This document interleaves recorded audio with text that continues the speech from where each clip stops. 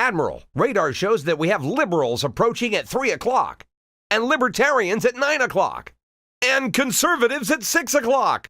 They're coming from every angle, every viewpoint. Oh, it's Political Radar with your hosts, Rhonda and Elliot. Hey, all you political junkies. Welcome to Political Radar, the best 30 minutes of unscripted, uncensored political talk you will hear all day. This is a really big episode. Very big. Episode number 12. That's not really big 12 why, on the clock. That's not really why it's big. Oh, why is it big? We have Marine Captain Mike Gallagher in the studio with us today. Welcome. Thanks for having me. Episode 12. This is a historic event. Historic. How long have you guys been doing this? 30 years. Oh, wow. This is... 46 years. Oh, my gosh. But I meant the podcast specifically. Oh, sorry. A little while. That I was 30. That's killer. About maybe 6 weeks. Somewhere around there, yeah. I feel like I'm at the start of something huge. Yeah. A budding media empire right here. So thanks for having me. I appreciate it. You know what? I don't want to speak for Rhonda, but I don't want to be a media empire. I do. I'm okay with that. I mean, I like money. Yeah. You know, I like free coffee and I like money. Thank you, by the way, for the free coffee. It wasn't me. That's our host here, Release Wire. I had a very extensive list of demands that had one thing on it. You're like David Lee free Roth. coffee. Yeah, exactly. He probably doesn't even know who that is. I'm pretty sure he probably does. I don't know. Yeah, that was, wait, he ran for vice president back in the 40s? Yeah, that's right. Exactly. Wait, can I ask really quickly, so what inspired you guys to get together and start this podcast? Oh, we could go a half hour on that. I think we did. I think it's great, by the way. I'm excited. Can I answer that? Yeah. After running for city council and realizing that 20% of the local electorate did not finish the ballot, which is really pitiful. Yeah. I was asked to do this and signed on to it because I feel like I want to motivate people in the area to be proactive, to participate, to care about government all the way from national to local. And so that's awesome. Why I'm doing it. I'm not sure why Elliot's doing it. The fame. Because Danielle asked me. Yeah. No, not really. So Rhonda and I agree on a lot of things, but we disagree on a few things too. But the thing is that we want... I feel like I'm speaking for both of us, but I'm not. I'm speaking for me. Like, I want things to be civil, and I want, even if I disagree with you on something, sure. In America, we have to get along. So that's kind of rule number 0 for me. And I feel like that has changed for some people as of late, and especially in the media. So there's very one-sided media now, and I don't want that to be. So I think, well, that's awesome, first of all. It raises an interesting question, though, and I always struggle with this. It's to what extent are we at a unique moment of history in terms of the polarization of our politics? Is it factually accurate to say that things are more divided than they ever have been? When we know that in American history, literally people were caning each other on the floor of the House of Representatives at one point, and we've gone through these sort of intense struggles and upheavals. So, well, if there wasn't video, that would probably be happening right now. Well, that's what has changed, right? I mean, yeah. Sort of the ubiquity of information, the democratization of access to information, I think has fundamentally changed how we communicate, how we think about politics. And I mean, it creates a lot of hazards as well as opportunities. So speaking of politics, you're running for the 8th congressional that's right. seat. Remember that? Okay. So I want to talk about that. So you're running for Congress. Yeah, I am. In a very large area. Indeed. 11 Wisconsin, counties. 11 counties. How do you cover that much territory? I have no life, and I have a good team that helps me out. So listen, it's I've never done this before. It's my first time running for office, and quite honestly didn't know what to expect when I got in. And I think Reid Ribble's decision to retire caught everybody by surprise. And I had some experience. My first thing resembling political experience was when I worked for Governor Walker on his presidential campaign, and sort of got a taste of how chaotic and nonstop it can be. Well, that's a whole nother order of magnitude, but now when it's sort of your name on the line, I mean, it sort of ups the intensity at a personal level while being a smaller scale operation, but you just got to be efficient. You got to work your tail off, and I think Northeast Wisconsin's still a place where people value the face-to-face connection. I think it gets to what you said earlier, Elliot. I mean, even where you disagree with someone, you want to be able to look them in the eye and know that they're not full of it and know that they're not feeding you a set of prepackaged talking points. And so really we spend most of our time just trying to meet as many people as possible, just tell them kind of my story, what I'm all about, why I'm doing this, And, so far it's been fun. I mean, it's chaotic. It's started to get a little bit negative, but it's great. You just meet so many good people. But there is, I think, listen, the barriers to entry to do something like this are incredibly high. Rhonda, as you know, I mean, there's a reason why, ordinary sort of private citizens don't often come off the sidelines and get in the political game, right? There's a reason why, at the same time, Congress has an 8% approval rating. It has a 90% incumbent reelection rate. I mean, what explains that? It's just the system is set up to favor the career politicians and the people that have been there for long and the same cast of characters. So if you're going to get in it, you have to go all out and work your tail off. And that's the only variable I can control is my ability to just kind of wake up at 4 a.m. and just do the work until I crash at night. Why are you running? Because I've seen how far we've fallen just in the last 7 years. I think about when I left Iraq after my second deployment in 2008, I had seen just the progress we made in the surge. I did 2 back-to-backs, 2007, 2008, and it was remarkable to see how much success we had working with our partners on the ground.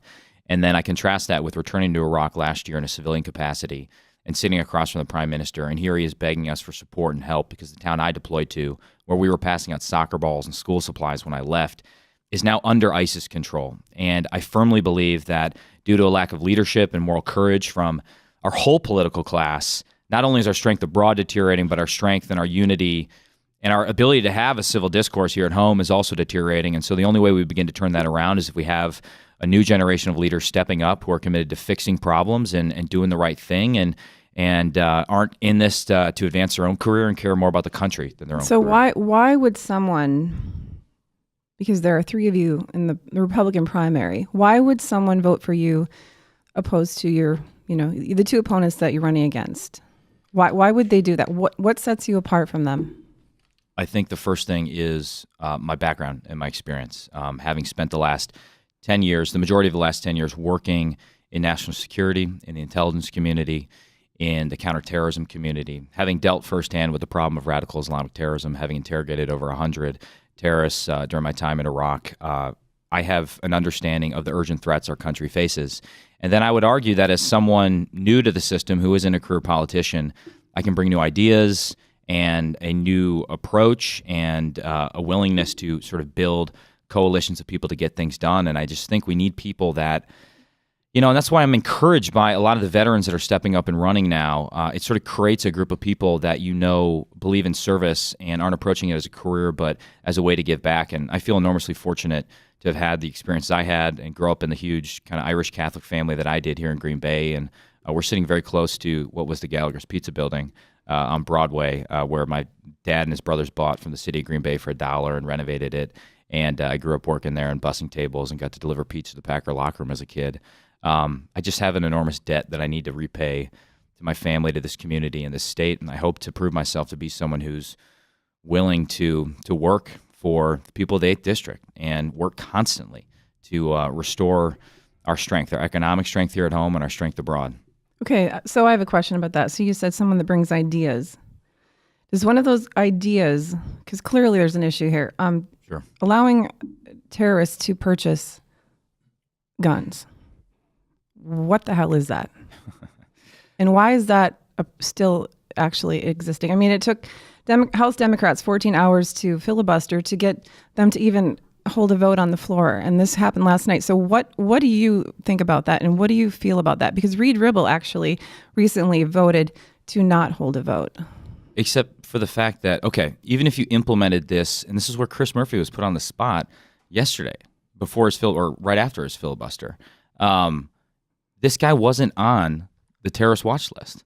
So even if you prohibited people from the terrorist watch list from getting weapons, it wouldn't have done anything to solve. He actually originally was on it, and then they took him off of it. He was on it in 2013 and 2014. But the point stands, he would not have been prohibited from buying a firearm. And that's my problem. Why is that? Take why is that okay? back? I guess we need you to explain that to us because it's crazy. But he was on, but then he wasn't. So according to the FBI, they let him off, and again, he was on, and then they took him off because they said he made statements out of anger, and that was the reason he was initially put on. But he was on. But it doesn't matter if he's off; he would not have been prohibited from buying a weapon.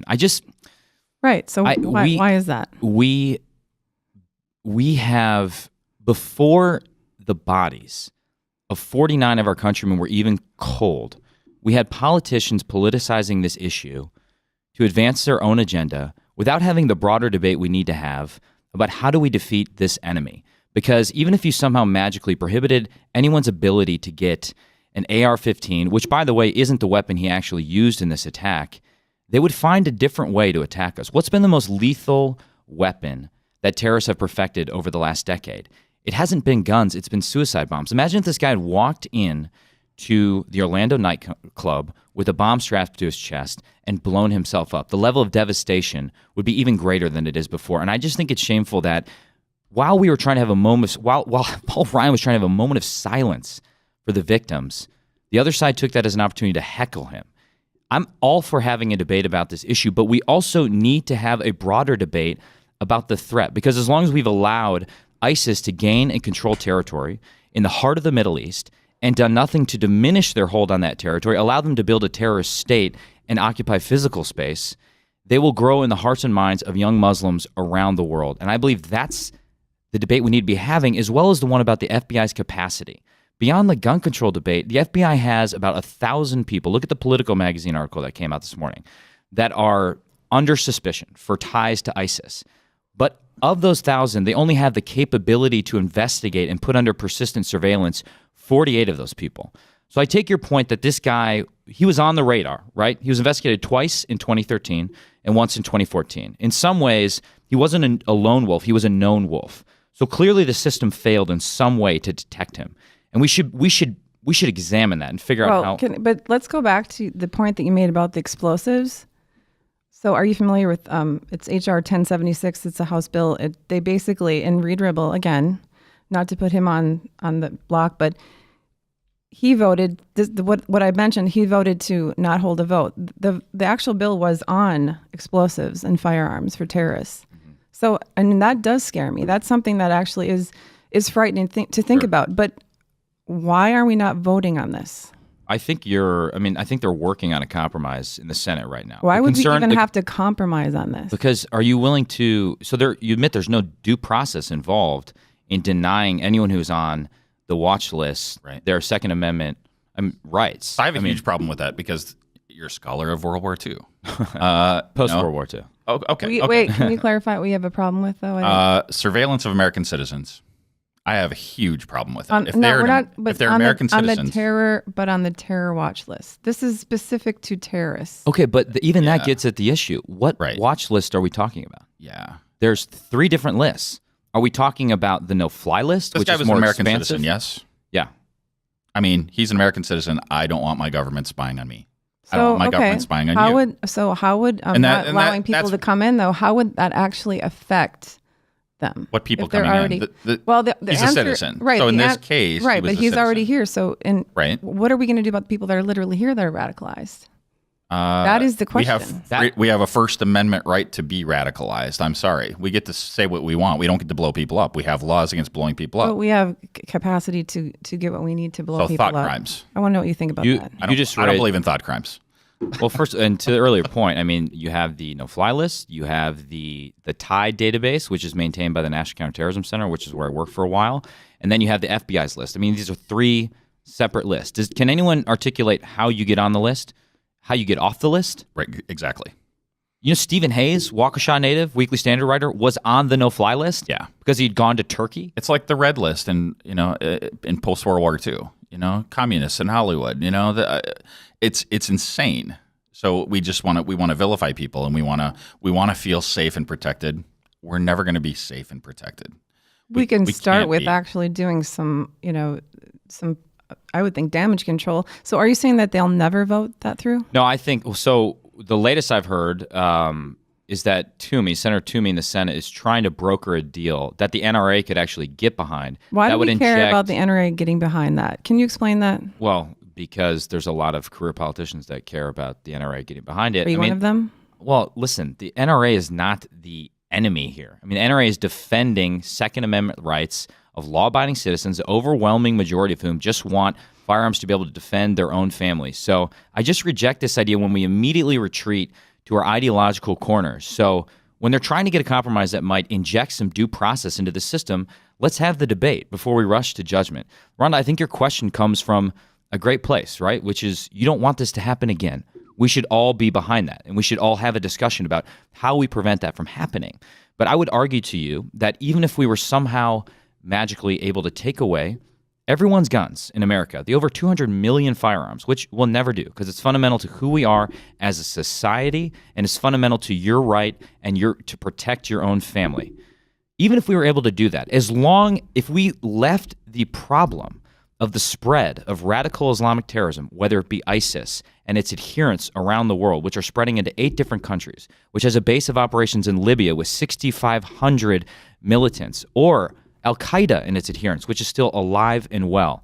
If we leave that unaddressed, we still would not have solved this problem of domestic radicalization. What has changed? Just look at the numbers. Let's do the alien test. If you had landed from an alien planet, what has changed? The incidences of domestic terrorist attack have gone up 3-fold since ISIS took over Mosul in the spring of 2014. Terrorist attacks have gone up 43%. So would you agree, though, that a semi-automatic rifle is not something that helps the problem, even if it's not an AR-15? Like, how long did you train in the military to fire a weapon like that? I would not agree. I mean, how are you defining a semi-automatic rifle? I mean, there was this ridiculous picture on the Washington Post of, we should not be allowed to have weapons like this. It showed an M4, which is fundamentally different than an AR-15. There is no consistent definition of what is considered an assault weapon. Also, I would argue we tried this in 1994 for 10 years, and it didn't work. There is no evidence to suggest that crime actually went down as a result. In fact, the evidence suggests, look at areas where gun laws are the most stringent. Look at cities like Chicago. Has gun-related crime gone down? No. Look at countries where their gun laws are more stringent than our own. Well, New York has like gone France. down, and they have strict laws. Well, is that correlation or causation? Because I don't know. What does New York also have? an NYPD that is invested heavily into counterterrorism and surveillance. And the NYPD model, I think, sort of contains the seeds for how you would get at this problem. What do you mean by that? Well, so the NYPD, until recently, until it was told to stand down, did a very good job of training agents to develop relationships with local Muslim community, whether that be overtly or covertly through infiltration. And I just think it all comes down to the question of why didn't the people that knew whether it was Mateen or it was the other domestic terrorists or inspired attacks that we've seen, why didn't all the people that they've come in contact with in the course of their radicalization report them? So you keep talking about radical Islam. Sure. And so why do these radical Islamic individuals or groups, why do they not appreciate Americans? Why do they not? I don't think it's not unique to America. I think as Bibi Netanyahu, America is at the leading edge of, it is the leader of the free world. And we're dealing with an ideology that wants to impose its radical agenda and eliminate the free world of which America is the leader. And as Bibi Netanyahu said yesterday, radical Islam makes no distinction among who it considers infidels. I mean, this is the reason that ISIS is throwing minority groups off rooftops in Syria. Even why radical Shia version of Iran, of Islam in Tehran is hanging members of the LGBT community in Tehran. I mean, this is a radical ideology that seeks to impose its vision of a perfect society upon all of us. And we are the foremost model of a government which says, pursue your own version of happiness. We are a model of ordered liberty, and that is fundamentally inimical to what the radical Islamists would seek to impose upon us. So clearly these people are here now. They're in our country. They're existing. What do we do about that? Again, I think it all starts with how you have to show ISIS and the caliphate that it has built in the Middle East to be a losing enterprise, so that it does not inspire any disaffected person who is an American citizen or a French citizen or exists in any state around the world to go to its cause. I mean, what we've seen in Syria, what the Director of National Intelligence has called an apocalyptic nightmare, has resulted in the mobilization of over 30,000 foreign fighters. We've never seen anything like that in history. 6,000 of those people have European passports. Okay. I mean, that's a threat to us because we've allowed a terrorist state to be carved out in the heart of the Middle East. And there's something very fundamentally appealing to a guy who seemingly had trouble with his marriage in Orlando, Florida, had a very troubled past, and all of a sudden he finds a cause that he can get behind, and he's radicalized for the hateful ideology. And if we allow ISIS to continue to take and maintain territory, then no amount of restrictions we place on our own citizens will do anything to solve this problem. So do you really believe, though, that that's actually going to... So who's ever here at this point in time right now? So be specific, please, about what you mean, about what would we do to counter that? Sure. Like, give us an example of, like, the average person listening. What are you going to do about that? Sure. Exactly. I would think about it in three sort of main lines of effort. The first is taking the fight to them abroad. And in that, you need an actual regional stabilization So force. we're going to war. No, well, we are at war right now. No, but we're going to be sending more troops somewhere. We have over 3,000 troops in Iraq and Syria. We have a president there would who's be fundamentally more, right, but there'd be more incapable. troops. Well, unless you believe what we're doing now is effective. I mean, I fundamentally believe that we So can... if it's not effective, we have the only choice is to do more, not less. Well, you can choose to do less. I would argue that what we've seen in the Middle East over the last 7 years is a retrenchment of U.S. power and a turn towards isolationism and an abandonment of our traditional allies and an empowerment of the Iranian regime. And all the evidence that's mounting up suggests it is not working. As General Petraeus testified last year, the Middle East is not Las Vegas. What happens there will not stay there. I wish we had the option of ignoring these problems. Have you ever had an argument with a friend? So you have an argument with a friend. Often. And, you know, I'm yelling at you, you're yelling at me, and then you're like, ooh, I'm kind of sick of this. I yell more. Sure. It escalates. If you stop yelling, the other person might yell a little bit, but eventually things dissipate. Mm-hmm. That's the only way towards peace. Or do we have to, do you destroy your friend? Do you annihilate them? Do you kill them? I don't really understand that mentality of, and if Well, we're going they're to not really our friend. and if then they're not our friends, so we should just destroy them. I mean, what is the actual end game there, or do we need to have a presence worldwide for eternity? Our military is larger than China, Saudi Arabia, Russia, UK, India, France, and Japan combined. So we could withstand threats from China and Russia simultaneously and still have troops left over for all these other little squabbles. And I am a fiscal conservative. I think that you are as well. Unless we're going to cut Social Security and Medicare, the only major portion of our budget is military. And if we don't do something, we're going to bankrupt our grandchildren. So I'm at odds with all of this just from a money standpoint, much less even a morality standpoint. I don't think it works. And I think we've proven that it doesn't work. I think, one, yes, you have to destroy these groups. Destroy them. I mean that in the literal sense. And any argument that you think these groups can be contained has been belied by our Syria policy over the last 4 years. And we've seen a spread. Even as they've lost 20% of their territory in Syria, they've expanded elsewhere. And any idea that we could somehow retrench from the Middle East and that Iran can be convinced to be a responsible actor is being shown to be false in all the areas that Iran has destabilized different states in the Middle East, whether it's Yemen, whether it's their historic deployment of their action arm Hezbollah into Syria in defense of the Assad regime, or you can take your pick. So do you believe that if you do that outside of the U.S., that what and who is inside of the U.S., these people will just be like, okay, well, I guess this is over. I mean, what do you plan to do about what's here in the country? I think that is the absolute best thing you could do to decrease the risk of domestic radicalization. It will not eliminate the threat.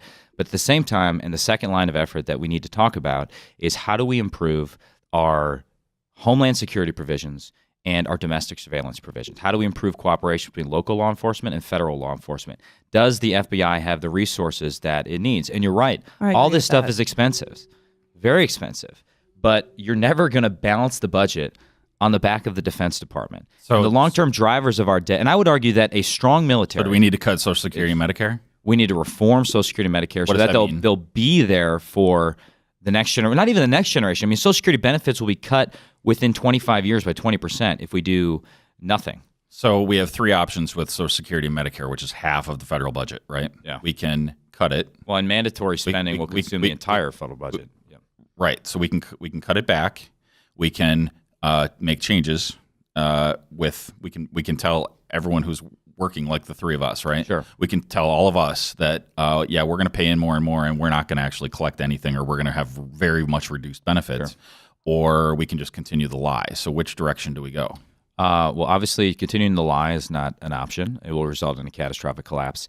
I think Reid Ribble has recently put forth a really interesting and intriguing proposal on this. I'm still examining it myself, but I think the contours of what would at least provide somewhat of a fix are there, right? So you do change CPI, you adjust cost of living adjustments, you gradually raise the retirement age to keep up with longer living standards, and then you possibly consider more radical proposals for people my age and younger. Andrew Biggs is a great guy who writes on this for National Affairs and talks about adjusting to a two-part payment structure where you would have your employer would match your contributions that would actually be at a lower rate than currently collected, and some sort of like analogous to what federal government employees have as the thrift saving plans.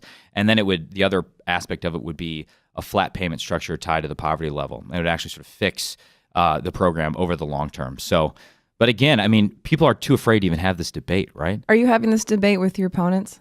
Where do you line up with them? Yeah, we've had forums so far. We haven't had a lot of actual debates, and they're just limited in time. So, but as far as ideas, do you line up and like how do you differentiate with your opponent? Let's just take your opponent, Frank Lissay, on this issue with Medicare, Social Security. Are you in line, or do you? Is there a difference there?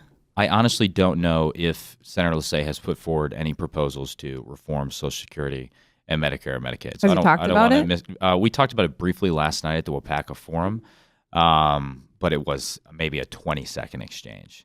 But I think, listen, what was the big? I guess if I had to ask at this forum in Wapaka, what was the conversation? What was the biggest theme? What were you talking about? What did you spend the most time talking about?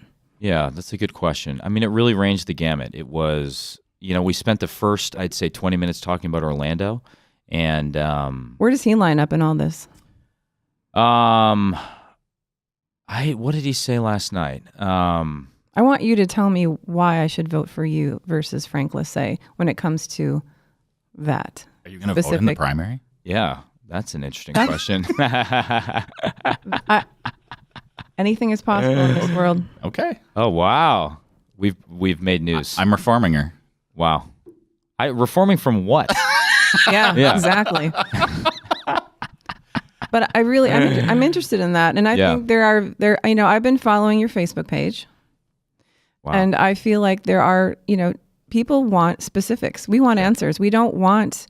If you don't want to be known as the Washington politician, don't be one. Yeah. Let's hear some specifics. That came up last night as well. Yeah, but to be fair, let's hear it. I want to hear from you why. Okay, I have a softball for him to maybe clear that up a little bit. Go ahead. So you would like a balanced budget. Yes. What are 3 things you would specifically cut from the budget to meet that?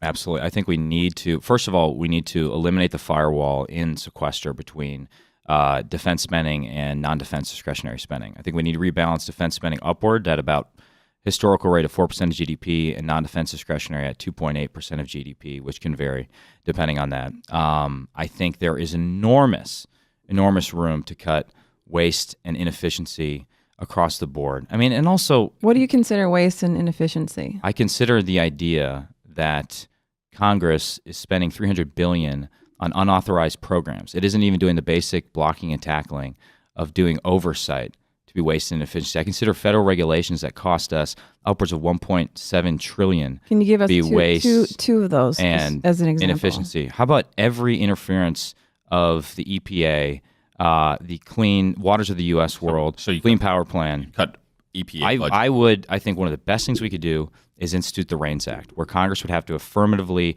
approve any regulation that would cost over, let's say, $100 million. I think the House actually did release a white paper to that effect. I would go even further and sunset all federal regulations within 15 years. And I think we need to embark on a dramatic simplification and cleaning out of the tax code. I would be for a blank slate approach where you'd eliminate all special interest deductions, and you would require legislators to, if they wanted to put those back into the tax code, to make the argument and to justify the distortion. I think we have a tax code that has grown too complex. It's built by lawyers and bureaucrats for lawyers and bureaucrats, and it's making us uncompetitive. And we have the highest corporate tax rate in the developed world. So everyone says that, though. Everyone says, let's simplify the taxes. So, like, what specifically would you do for that? Do you want to create the form and put it up on your website? What are we going to do about that? I mean, what's complicated about taxes that we can that you have an actual fix for? Yeah, I think we should lower the corporate tax rate so that we're actually competitive and that we're not sort of punishing the ability of businesses to grow. And I think you should have a tax code that allows an individual taxpayer to fill it out in no more than 2 pages and doesn't require people to hire lawyers to sift through the legal complexity and allows people to keep more of what they earn. I was listening to this podcast with Governor Mitch Daniels the other day as part of Bill Kristol's Conversations. And he talks about how he embarked on a series of reforms in Indiana. And his mission statement that he posted in every department around the state was to increase the disposable income of Hoosiers. Now, that's not exactly like the most inspiring call to war, but the more you think about it, I think that's right. Mm-hmm. I mean, you just want to increase the ability of individual taxpayers to keep more of what they earn. And I think what explains the fact that look at the startup rate, which is really a measure of entrepreneurship and dynamism in our economy. Well, it's gone from 12% in the late 1980s to 10.8% pre-recession to less than 8% today. I mean, because people aren't even willing to start and grow businesses in this economy. What explains the fact that we have the lowest labor force participation rate in 35 years? Real wages at a 35-year low. It's because we have a punitive tax code. We have a crippling regulatory environment. And how are we to believe, though, that let's say you lower the taxes for a corporation, that money is going to be put into the workers' salaries? Like, how are we supposed to believe that? Why would we believe that? I think you just talk to any business owner in Wisconsin. I mean, this is what's interesting about the minimum wage debate. I mean, it ends up not being a choice between $10 an hour and $15 an hour. It ends up being a choice between $10 an hour and $0 an hour. Because if you increase overall costs on businesses, they don't even have the option of reinvesting that into wages.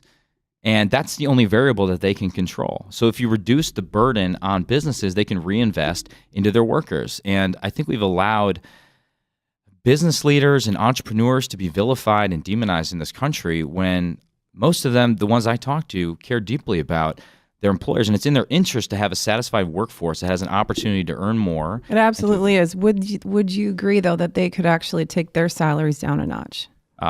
Because that, I think, is where people initially go to. It's like, how am I supposed to believe that you care about me when you have 3 jets, 5 homes, and I am working 3 jobs? But what Wisconsin business owners have 3 jets and 5 homes?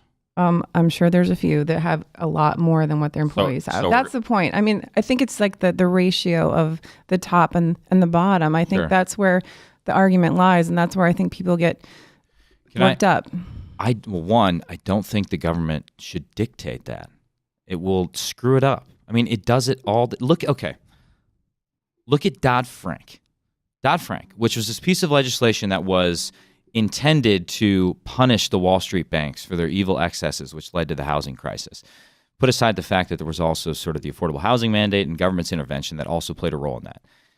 Did Dodd-Frank really have the practical effect of constraining the big banks? No, it made big banks bigger and impossible to fail. And it had the practical effect of hurting the mid-size and the small-size banks. And every week in this country, we lose a community lender or a small bank, and we haven't lost a big bank. And that actually ends up hurting the little guy. So I would argue that government intervention, government regulation has the paradoxical effect of hurting the very people that it's designed to help. So that's your overall philosophy. And I don't know if you have any specific things you would cut other than saying let's drop the corporate income tax rate. But we're almost out of time. Mm-hmm. So I'm happy to come back whenever you guys are happy. And we're totally going to have you. But yeah. I think that we have to mention Trump. Okay. Yes. So why do you have to mention him? He's mentioned everywhere. Yeah. Well, here's why. Because there are many never Trump voters. Okay. So how are you going to attract these never Trump voters to actually show up at the polls and pull a lever for you? on Election Day? Great question, and I think we had the Marquette University poll yesterday. We've built the entire campaign. What did that Marquette University poll say? It said I just read that about it. enthusiasm, correct me if I'm wrong, enthusiasm on our side is down a little bit while it's up on the other side. So that means Clinton is leading in the poll, correct? Yeah, Clinton is leading in Wisconsin currently. Listen, we've built this campaign on, kind of the worst case assumptions, right? That we not expecting help or support from anyone. And we've just sort of attacked it with a sense of urgency. And we're going to run kind of our own race and focus on the 8th district. And, if we get some help from the top of the ticket, great. If not, we're still going to be prepared to fight and win in a very difficult environment. Do you support the top of the ticket? To me, it all comes down to the commander-in-chief test. I have to be able to answer yes to the question of, would I trust my Marines' lives in this person's hands? Now, the good news for Donald Trump is Hillary Clinton failed that test a long time ago for me, whether it was her policy in Egypt, in Libya, the Russian reset, her inability to get a status of forces agreement in Iraq, Syria, or her server, which is, I would have been dishonorably discharged had I handled classified information in the way that she handled classified information. So I think Donald Trump has the ability and the opportunity to pass that test if he surrounds himself with the right people, if he demonstrates some humility. And I'm not voting for Hillary Clinton, so I hope and pray that he does. You got one last question, a yes or no? Because we're out of time. Do I get to ask any questions? we're out of time. We're out of time, and Yeah. the questions I have would take too long, so you just have to come back. Yeah, thank you for coming. Thanks for having me, guys. Thanks so We told much. you to go quick. Sorry about that. And I know we started the top with Orlando, and I have my Orlando shirt on. Yeah. And I don't think that I know there's absolutely nothing that I can say. I have so many friends that were just intimately affected from 1,000 miles away. That was, I have no words for that. It was a catastrophe. I don't want to point fingers. I really appreciate what most of our media has done, I think, which is we've had some moments of silence. Tim Cook from Apple on Monday started off with a moment of silence. And Moments of silence are nice, but what are we going to do? I mean, we need to do something. well, we'll take that up next. Yeah. Well, I mean, and Ron, I really appreciate your questions. I mean, and Elliot, I think you get to it. Usually, you would hope that tragic events like this would at least be a catalyzing mechanism for allowing us to come together and to have a productive discussion about how we make our country more safe, at the same time more free and more prosperous. And that's what we're going to do on episode 13. All right. I hope. So, like I said, this is episode number 12 of Political Radar. If you want to check out some notes, and the notes are sometimes funny, and sometimes there's spelling errors, and you need to catch them. You can go to politicalradar.com/12. And what would really be helpful is if you're listening right now, if you would tell your friends. As you've heard, we try not to have too many strong opinions of our own. We would like to get real information, ask real questions of our guests. Hopefully, we aren't too tough on you, but hopefully we're tough enough for our listeners. Great. Please rate us in iTunes. That helps a lot. Please rate us on Google Play. Thanks for coming in. We really appreciate it, Mike. Anytime, guys. Appreciate it. If you enjoyed this episode of Political Radar, please share it with your friends on Facebook and Twitter. Even better, submit a show review to iTunes or Stitcher. To listen to other episodes of Political Radar, please visit politicalradar.com/episodes. To support our podcast, please visit our sponsors who make the show possible. You can do this by visiting politicalradar.com/sponsors. Thanks for listening to Political Radar. To ensure that you never miss an episode, subscribe on iTunes or your favorite podcast app. To stay up to date, visit politicalradar.com or connect with us on Facebook or Twitter. This episode of Political Radar is brought to you by ReleaseWire. ReleaseWire is a powerful media engagement service connecting businesses to journalists and bloggers. If you need to get the word out about your business, ReleaseWire is an effective and affordable way to reach journalists and bloggers who are truly interested. And we have a special offer for you today. Submit your first on-demand press release with ReleaseWire and save 25% by entering the discount code PoliticalRadar. That's PoliticalRadar. ReleaseWire, from release to results. Political Radar is a proud member of the Newsmakers Podcast Network, an ever-growing network of podcasts covering a wide range of topics. Check them out at npcn.tv.